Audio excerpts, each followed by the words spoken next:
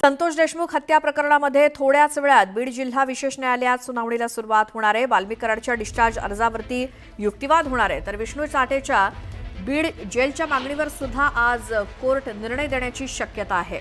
आजच्या सुनावणीला विशेष सरकारी वकील उज्ज्वल निकम हे व्हिडिओ कॉन्फरन्सिंगद्वारे उपस्थित राहणार आहेत। दरम्यान कोर्ट आजच्या सुनावणीनंतर काय निर्णय देतं हे पाहणं महत्त्वाचं ठरणार आहे। संतोष देशमुख हत्या प्रकरणामध्ये आज सुनावणी होणार आहे। वाल्मिक कराडच्या डिस्चार्ज ॲप्लिकेशनवरती खरी सुनावणी आहे। तसंच विष्णू चाटेच्या बीड जेलच्या संदर्भात सुद्धा आज निर्णय होण्याची शक्यता। तर बीड जिल्हा विशेष न्यायालयामध्ये ही सुनावणी होणार असून विशेष सरकारी वकील उज्ज्वल निकम या सुनावणीसाठी व्हिडिओ कॉन्फरन्सिंगद्वारे सहभागी होतील। तर थोड्याच वेळात बीड जिल्हा विशेष न्यायालयामध्ये या सुनावणीला सुरुवात होणार आहे। अधिक माहितीसाठी जाऊयात, आमचे प्रतिनिधी बालाजी निरफळ आपल्या सोबत आहेत। बालाजी, आज बीड जिल्हा न्यायालयात होणारी सुनावणी संतोष देशमुख हत्या प्रकरणामधली खूप महत्त्वाची आहे, काय त्याबद्दल सांगाल?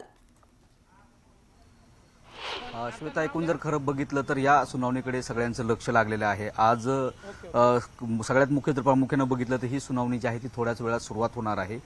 याच्यात प्रामुख्याने ज्या गोष्टी आहेत त्याकडे आपल्याकडे लक्ष जर बघितलं तर वाल्मिक कराडच्या डिस्चार्ज ॲप्लिकेशनवर देखील याच्यात आज युक्तिवाद होणार आहे। तसंच दुसरे जे आरोपी आहे याच्यामधला विष्णू चाटेच्या त्याची जी मागणी आहे की त्याला लातूर जिल्ह्यातून बीड जिल्ह्याच्या कारागृहात आणलं जावं, त्यानं ते तसा अर्ज कोर्टात दिलेला आहे, त्याच्यावर देखील सुनावणी होणार आहे। या सुनावणीसाठी उज्ज्वल निकम जे असतील ते स्वतः उपस्थित असतील। आरोपींना देखील जे आहे ती ऑनलाईन पद्धतीनेच याच्यामध्ये उपस्थित केलं जाणार आहे।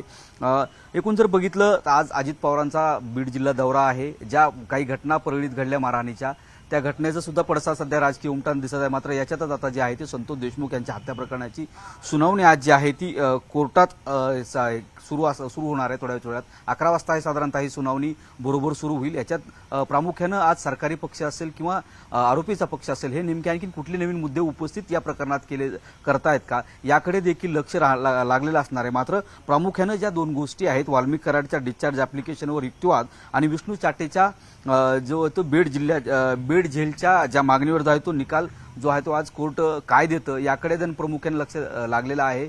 या जर दोन युक्तिवादात नेमकं सुनावणीमध्ये काय होतं हे प्रामुख्यानं पाहावं लागेल। विष्णू चाटेने ज्या पद्धतीनं प्रश्न उपस्थित केलेला आहे की त्याला ज्या पद्धतीनं लातूरवरनं इकडे आणलं जातो त्याच्या कुठेतरी येताना मसाजोग लागतो आणि त्याच्या जीविताला याच्यामध्ये धोका निर्माण केला जाऊ शकतो। तसेच जे आहे ती की मी या प्रकरणात नाहीये, अशा पद्धतीनं माझी निर्दोष सुटका करण्यात यावी अशी मागणी ज्या पद्धतीने अर्ज जो आहे तो वाल्मिक कराड याच्या वतीने केला जाणार आहे, त्याच्यावरती देखील उज्ज्वल निकम नेमकी काय भूमिका घेतात, काय बाजू मांडतात याकडे लक्ष लागलेलं आहे। एकीकडे अजित पवारांचं लक्ष दौरा आणि दुसरीकडे ही सुनावणी, त्यामुळे सगळं जे आहे ते महत्त्व या सुनावणीकडे सध्या लागलेलं असून थोड्याच वेळात ही सुनावणी सुरू होणार आहे। बिलकुल, याकडे आपलं लक्ष असेलच। धन्यवाद माहितीसाठी, आणि या सुनावणीनंतर सुद्धा आपण त्याचे अपडेट घेऊ।